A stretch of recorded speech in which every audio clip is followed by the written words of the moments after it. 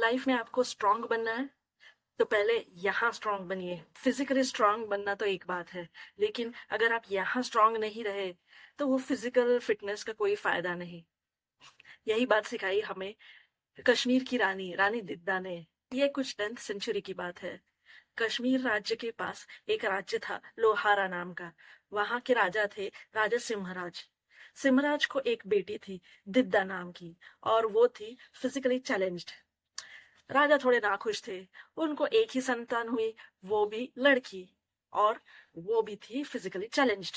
दिद्दा की डिसेबिलिटी इतनी थी कि वो यहाँ से वहां हिल भी नहीं सकती थी। उसे हर जगह ले जाने के लिए भी एक औरत रखी हुई थी। जब दिद्दा 26 साल की थी तो उनकी शादी कश्मीर के राजा क्षेम गुप्ता से हुई।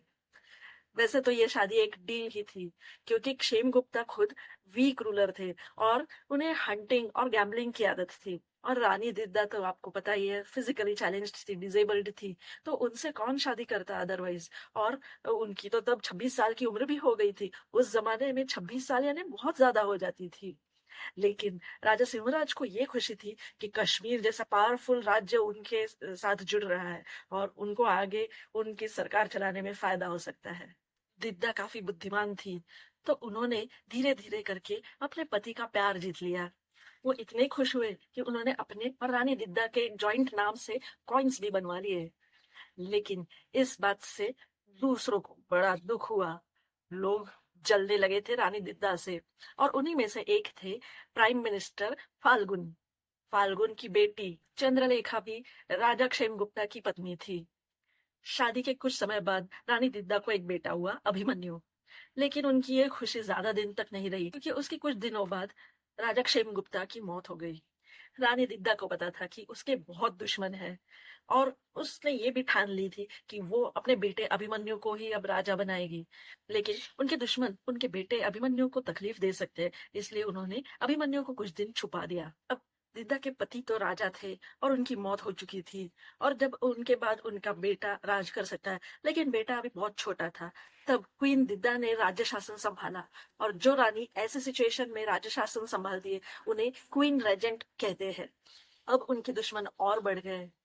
क्षेमगुप्ता राजा के जो बहन के बेटे थे, उन्होंने भी रानी दिद्दा को मारने की कोशिश की। फिर रानी दिद्दा ने बड़ी चालाकी से उनके साथ निगोशिएशंस किए। कुछ लोग जो उनके खिलाफ जा रहे थे उन्हें मार गिराया, और कुछ लोगों को थोड़ा पैसे खिला के, थोड़ा दम भर के अपनी ओर खींच लिया। उसके बाद काफी सालों तक यही चलता रहा। कुछ लोगों को पैसे खिलाकर, कुछ लोगों को समझा बुझाकर अपनी ओर खींच लेती थी, और जो नहीं मानते थे उन्हें एकदम बेदर्दी तरीके से मार देती थी रानी दिद्दा। ये सब चल ही रहा था जब उनके बेटे अभिमन्यु की मौत हो गई। फिर अभिमन्यु के बेटे नंदीगुप्ता राजा बने, लेकिन वो भी बहुत छोटे थे, इसलिए रानी दिद्दा क्वीन रेजेंट करके अपना शासन कंटिन्यू करने लगी। अगले 2-3 साल बड़े कठिन रहे। नंदी गुप्ता की भी मौत हो गई। क्वीन दिद्दा के बाकी पोते त्रिभुवन गुप्ता और भीम गुप्ता भी गुजर गए। उसके बाद दिद्दा ने अपने भाई के बेटे संग्राम राजा को कश्मीर का राजा बनाया। दिद्दा ने राजा चुनने के लिए एक कंपटीशन रखी थी।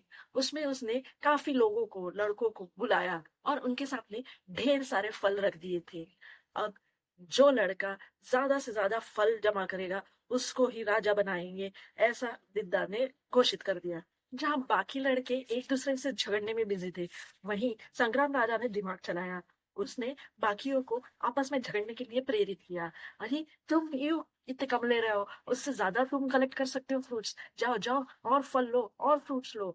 और ऐसा कहते वो तो आपस में झगड़ने लगे थे, और संग्राम राजा ने उनके सारों के फल अपने पास इकट्ठा कर लिए, और इसलिए अंत में सबसे ज्यादा फल संग्राम राजा के पास थे।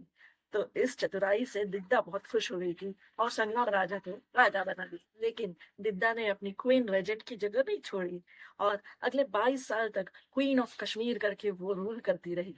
तो ऐसी थी क्वीन दिद्दा।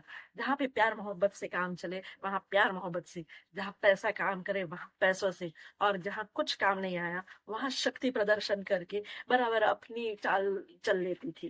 तो ऐसी इस शातिर रानी को हमारा सलाम।